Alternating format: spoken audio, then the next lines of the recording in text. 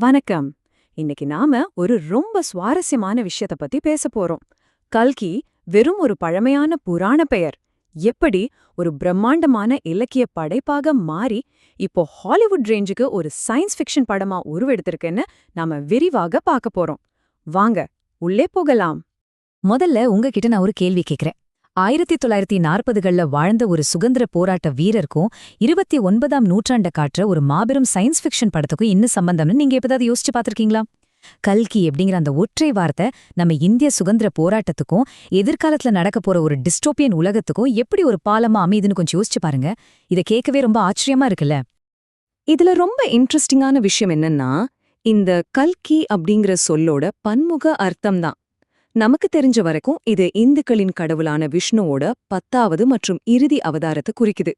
ஆனா தமிழ் இலக்கிய உலகத்தையே கட்டி ஆண்ட மாமன்னர் திரு ஆர் கிருஷ்ணமூர்த்தி அவர்கள் தன்னோட மனைவியான கல்யாணி அப்படிங்கிற பேரையும் தன்னோட பேரான கிருஷ்ணமூர்த்தி அப்படிங்கிற பேரையும் ரொம்ப புத்திசாலித்தனமா இணைச்சு கல்கி அப்படிங்கிற தன்னோட புகழ் பெற்ற புனை பெயரை உருவாக்குனாரு. எவ்ளோ அருமையான ஐடியா பாருங்க. அவரோட வாழ்க்கை உண்மையிலேயே ஒரு அபாரமான பயணம் தான் சொல்லணும். 1899ல புதமங்கலத்துல பிறந்த அவரு 1921ல காந்தியடிகளோட ஒத்துழையாமை இலக்கத்துல சேர்றதுக்காக தன்னோட பள்ளி படிப்பே துணிச்சலா கைவிட்டாரு. சுதந்திரத்துக்காக பல முறை சிறை சென்ற அந்த துடிப்பான இளைஞர் 1941ல கல்கி அப்படிங்கிற அந்த ஐகானிக் பத்திரிகையை தொடங்கினாரு. அந்த பத்திரிகையோட விற்பனை அந்த காலத்திலேயே 71,000 பிரதிகளை தொட்டுச்சு. யோசிச்சு பாருங்க, அந்த காலத்துல இது எவ்வளோ பெரிய நம்பர். இப்படி ஒரு மாபெரும் சரித்திரத்தை படைச்சவரு 1954ல சென்னையில காசநோயால் காலமானார். ஒரு எழுத்தாளரா அவரோட பன்முகத்தன்மை உண்மையிலே வியக்க வைக்கிற ஒண்ணு. இத பாத்தீங்கன்னா உங்களுக்கே புரியும். ஒரு பக்கம் சோழ மற்றும் பல்லவ சாம்ராஜ்யங்களை நம் கண்முன்னாடி நிறுத்துற பொன்னியின் செல்வன், சிவகாமியின் சபலம், பார்த்திபன் கனவு மாதிரியான காவிய வரலாற்று நாவல்கள். இன்னொரு பக்கம் சமூக சீர்திருத்தங்களை ஆழமா பேசுற அலையோசை, மகுடபதி, தியாகபூமி மாதிரியான அழுத்தமான சமூக நாவல்கள். இதுல அலையோசை நாவலுக்காக அவருக்கு சாகித்ய அகாடமி விருது கிடைச்சது. அவரோட எழுத்து திறமைக்கு கிடைச்ச மாபெரும் அங்கீகாரம். சரி, இப்போ புனைக்கதையை எப்படி உயிர்ப்பிக்கிறது, குறிப்பா மகுடபதி நாவலோட அந்த விறுவிறுப்பான நாடகத்தன்மை எப்படிப்பட்ட விஷயங்களை நமக்கு தருதுன்னு சுருக்கமா பாப்போம். நீங்க இப்போ மகுடபதி ஆடியோ புக்கோட 6வது அத்தியாயத்தை கேட்டீங்கன்னா அதுல பதற்றம் எப்படி பில்டப் ஆகுதுன்னு உங்களால உணர முடியும். செந்திரோன்னு ஒரு இளம் பெண், அவளுக்கு யாருமே இல்ல, ஆனா அவளுக்கு சொந்தமா நிறைய சொத்து இருக்கு. அவளோட கொடூரமான சித்தப்பா கார்கோடு கவுண்டர் அப்படிங்கிற ஒருத்தருக்கு அவளை கட்டாய கல்யாணம் செஞ்சு வைக்க துடிக்கிறாரு. அந்த நெருக்கடியிலேருந்து தப்பிக்க தன்னை வளர்த்த பெரியண்ணன் அப்படிங்கிறவரோட சேர்ந்து கோயம்புத்தூருக்கு தப்பியோட ஒரு பிளான் பண்றா. அதுக்காக ஒரு காலி வீட்ல போய் ஒளியறதுக்கு தேவையான சாவியை கூட அவங்க முன்னாடியே தயார் செஞ்சு வச்சுக்கிறாங்க. அப்படி அவங்க தப்பிக்கிற நேரத்துல ஒரு எதிர்பாராத சம்பவம் நடக்குது. அதாவது வாசலில் பூம்பூம் என்று மோட்டார் குழலின் சத்தம் கேட்டது, கதிக்கலக்கம் அதிகமாயிருந்தது இப்படின்னு ஒரு வரி வருது. அந்த எதிர்பாராத கார் ஹார்ன் சத்தம் அவங்களோட ரகசிய திட்டத்தை எப்படி சுக்குநூறாக்குது அப்படிங்கறத ஒரு சினிமா சீன் மாதிரி கல்கி எழுதியிருப்பாரு. அந்த பதற்றத்தை நம்ம படிக்கிறப்போவோ இல்ல கேட்கிறப்போவோ நம்மளாலையும் அப்படியே உணர முடியும். கல்கியோட எழுத்துக்கள் எந்த அளவுக்கு பவர்ஃபுல் அப்படிங்கறத அவரோட படைப்புகளே சொல்லும். அவர் தன்னோட வாழ்நாள்ல 120க்கும் மேற்பட்ட சிறுகதைகள், 10 குறுநாவல்கள், 5 மாபெரும் நாவல்களை படைச்சிருக்காரு.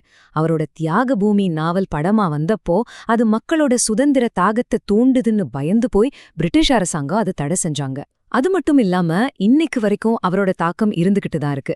சமீபத்துல அவரோட பொன்னியின் செல்வன் நாவல் இயக்குனர் மணிரத்னமால 2 பாகங்கள் கொண்ட ஒரு பிரம்மாண்டமான படமா உருமாறி மாபெரும் வசூல் சாதனை படைச்சதும் உங்க எல்லாருக்கும் தெரிஞ்சிருக்கும். இதுதான் கல்கி அவரோட என்றென்றும் நிலைத்திருக்கக்கூடிய கலாச்சார பெருமை. இப்போ ஒரு மிகப்பெரிய ட்விஸ்டுக்கு தயாராயிக்கோங்க. கல்கி அப்படிங்கிற பேர் இப்போ 7ஆம் நூற்றாண்டைச் சேர்ந்த பல்லவ சோழ சாம்ராஜ்யங்களோட சரித்திரத்திலிருந்து நேரா ஒரு டிஸ்டோப்பியன் சயின்ஸ் ஃபிக்ஷன் உலகத்தை நோக்கி ஒரு பிரம்மாண்டமான பாய்ச்சலை செய்து, ஒரு பக்கம் வரலாற்று நாவல்கள், இன்னொரு பக்கம் காசிய மையமா வச்சு எதிர்கால டிஸ்டோப்பியன் உலகத்துல நடக்கிற கல்கி 2898 AD. பேர் ஒண்ணுதான், ஆனா எவ்ளோ பெரிய காலகட்ட மாற்றம் பாத்தீங்களா? ஓகே, இப்போ கல்கி மறு உருவாக்கம், அதாவது 2898 ADயோட சயின்ஸ் ஃபிக்ஷன் காவியத்தை பத்தி பாப்போம். இயக்குனர் நாக் அஸ்வின் உருவாக்குற இந்த படத்தோட பிரம்மாண்டம் உண்மையிலே கல்பனைக்கு எட்டாத ஒண்ணு. எழுத்தாளர் கல்கி பயன்படுத்தின அதே புராண கான்செப்ட் அடிப்படையா வச்சு இந்திய சினிமாவோட மாபெரும் ஜாம்பவான்கள் இதுல இணைஞ்சிருக்காங்க. உலகை காக்க பிறந்த பைரவனா நம்ம பிரபாஸ், சிரஞ்சீவியான அஸ்வத்தாமாவா அமிதாப் பச்சன், மாபெரும் வில்லனா உலகநாயகன் கமலஹாசன், நவீன லக்ஷ்மி தேவியான பத்மாவா தீபிகா படுகோன், அப்புறம் பைரவனோட காதலியா திஷா பதானின்னு நடிக்கிறாங்க. இதை விட ஒரு சிறப்பான நட்சத்திர பட்டாளத்தை நாம யோசிச்சு கூட பார்க்க முடியாது. வைஜெயந்தி மூவிஸ் தயாரிக்கிற இந்த படம் திரைக்கு முன்னாடி மட்டுமில்லாம கேமராக்கு பின்னாலியும் பல அசாத்தியமான திறமையாளர்களை ஒன்னு சேர்த்திருக்கு. இதுல எஸ். ராஜமௌலி, துல்கர் சல்மான் இவங்களோட சிறப்பு தோற்றங்கள் இருக்கு.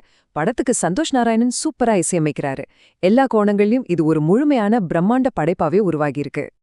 கடைசியா உங்கள சிந்திக்க வைக்கிற மாதிரி ஒரு கேள்வியோட நான் இதை முடிக்கிறேன். 20ஆம் நூற்றாண்டோட காகித புத்தகங்கள்ல இருந்து இப்போ 21ஆம் நூற்றாண்டோட வெள்ளித்திரைக்கு வந்து நிக்கிற நம்ம பழங்கால புராணங்கள் இனியும் நம்ம பொழுதுபோக்கு உலகத்தை எப்படிலாம் மாற்றி அமைக்க போகுது, இந்த கதைகளோட வீரியமும் அதுங்களோட அழியாத தன்மையும் எந்த காலத்துக்கும் பொருந்தும் அப்படிங்கறத இது நமக்கு ரொம்ப ஆழமா உணர்த்துது இல்லையா? இத பத்தி நீங்க என்ன நினைக்கிறீங்கன்னு யோசிச்சு பாருங்க. மீண்டும் ஒரு சுவாரஸ்யமான அலசலோடு உங்களை சந்திக்கிறேன்.